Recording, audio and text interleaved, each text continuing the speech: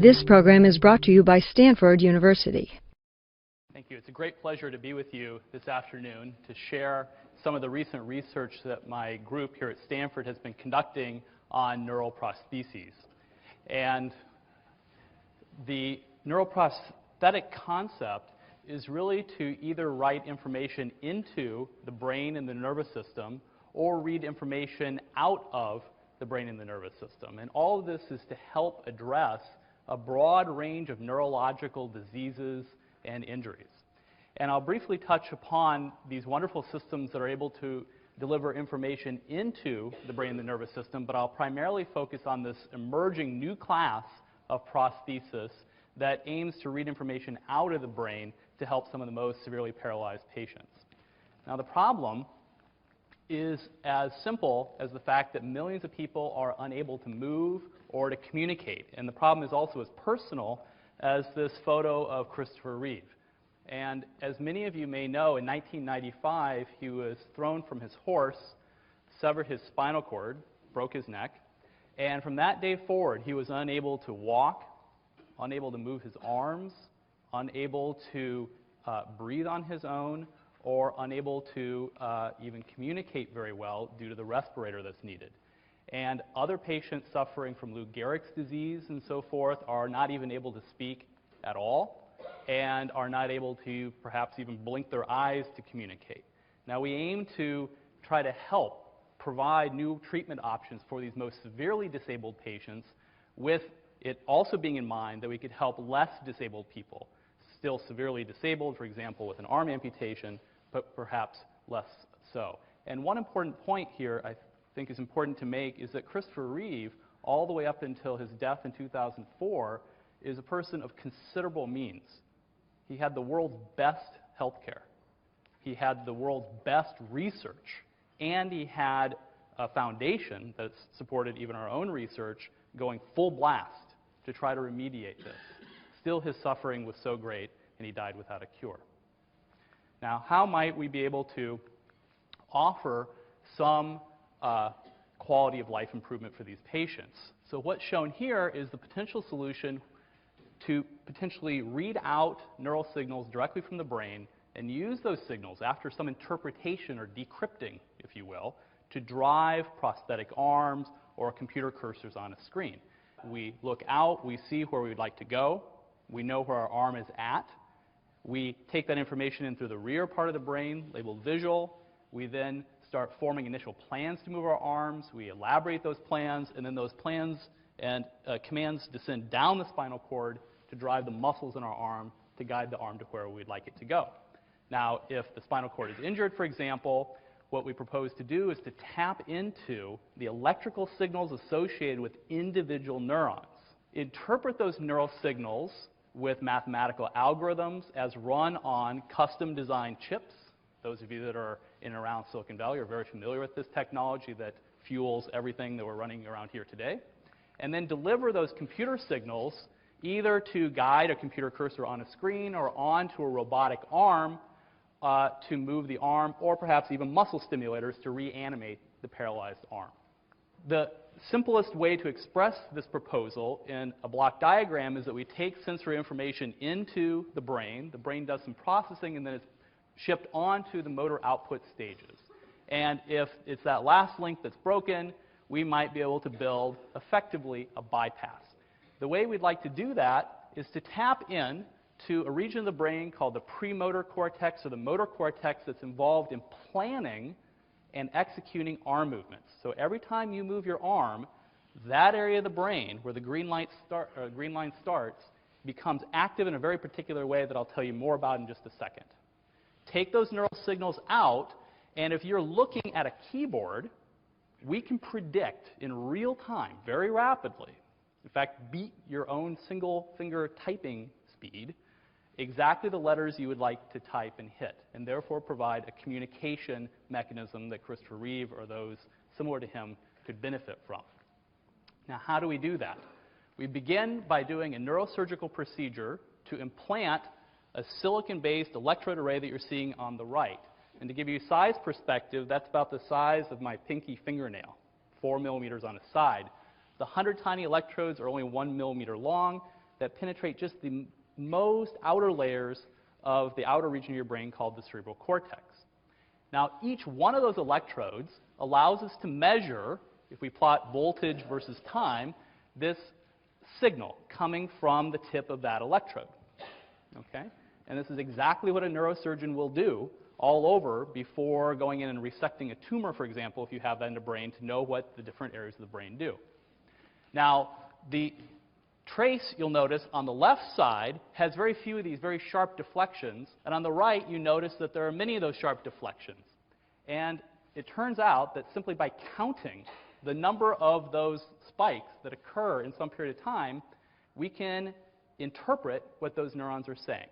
And let me play for you what this neural recording sounds like. And you'll hear a quiet period and then a louder period, a quiet period, then a louder period. And this is happening while making arm movements to the left and to the right.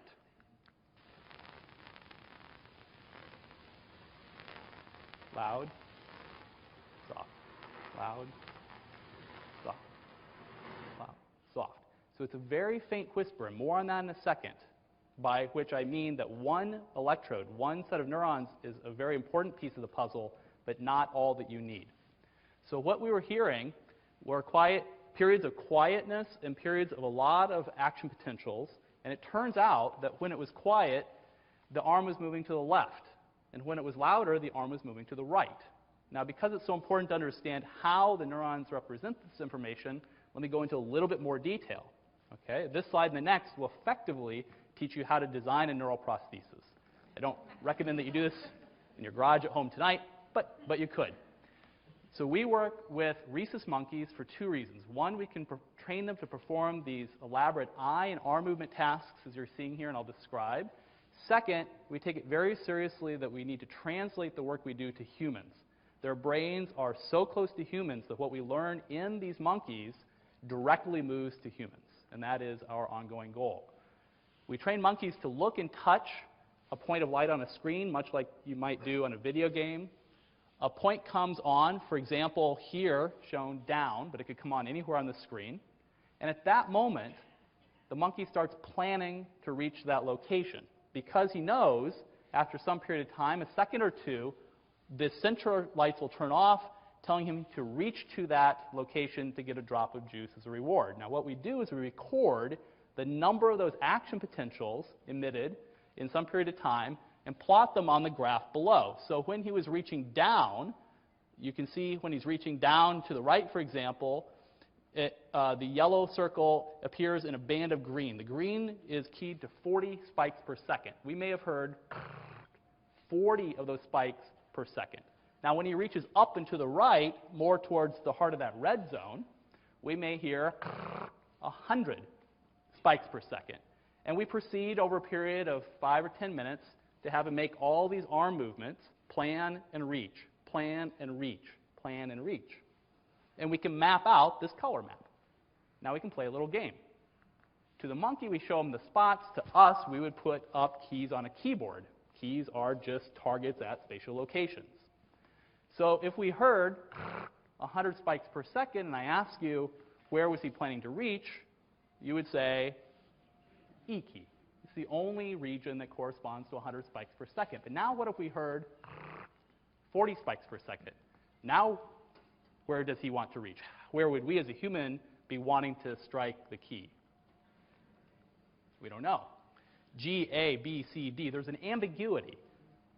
There's an ambiguity because the neuron's responding in the same way. And this makes the point that one neuron, as shown here, is very important. It's like one piece of a jigsaw puzzle, but it doesn't tell us the whole story. To get to the whole story, we have to record from hundreds of neurons, and we can do that with the electrode array I previously showed you, where each electrode records from one or more neurons. That would produce a response pattern like this, where each square corresponds to how any one neuron responds. And if we actually saw this, we'd still be in trouble. It's like having 100 of the same jigsaw puzzle piece. It doesn't really help us. Fortunately, the brain isn't organized that way.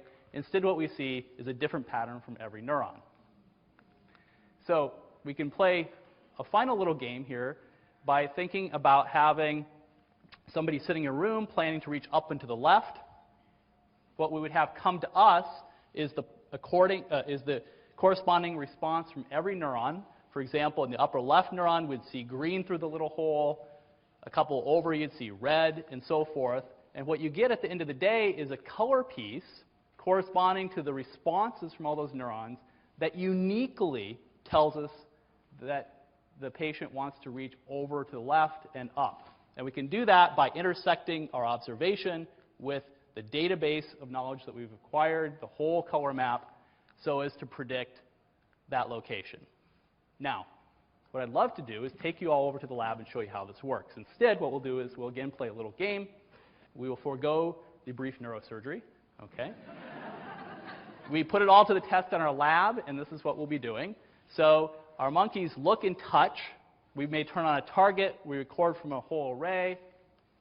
We receive the electrical signals from each tip. We tell which neuron we're listening to. We get that color piece, and then we predict which target he wants to go to, and he gets a drop of juice and a cursor around that target to tell him he did it correctly. The game we'll play, unfortunately, doesn't involve any juice.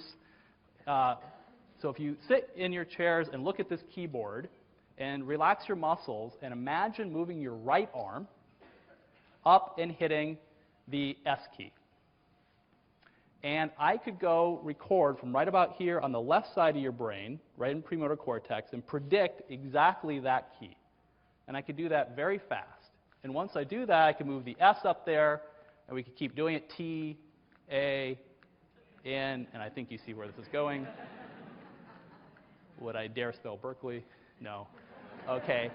And all of a sudden, what we've just done here is we've just mimicked what it's like to think about making a movement, have it read out, predicting locations, and typing out a message, which could provide a communication channel to a physician or loved ones if you're severely communication disabled. And right before the last slide, what does this look like in the lab? What we've been able to achieve is a system that performs about 15 words per minute of throughput. You could sit here and type about 15 words per minute.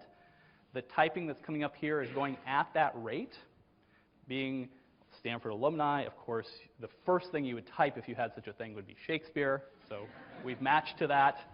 And two observations. First of all, this is much faster by a factor of about 4 than anything that's been done previously, and this has been very encouraging to see that we can design these systems much more quickly that may offer real benefit to patients to offset that surgical risk. The second thing is it's still not lightning fast. You could certainly beat this with 10-finger typing, but maybe it's on par with 1 finger. We believe that there's a lot more progress that can be made. We can go up to much, much faster rates. So in conclusion, we certainly hope that the title of Christopher Reeve's second book is actually possible, that there is nothing impossible. We can provide some new hope for these patients. We're encouraged not only by the performance results that I just showed you, but also, as shown on the right here, as recently as last month with our wonderful collaborators at Utah, in producing not only the electrode array that you see at the bottom next to the penny, but also on top of it, custom-designed chips that are very low power, as well as little electrical coils that allow us to implant all of that, again, the size of your pinky fingernail, all within the skin, so that you can just telemeter out information to drive, for example, a replacement arm or a computer screen. Thank you.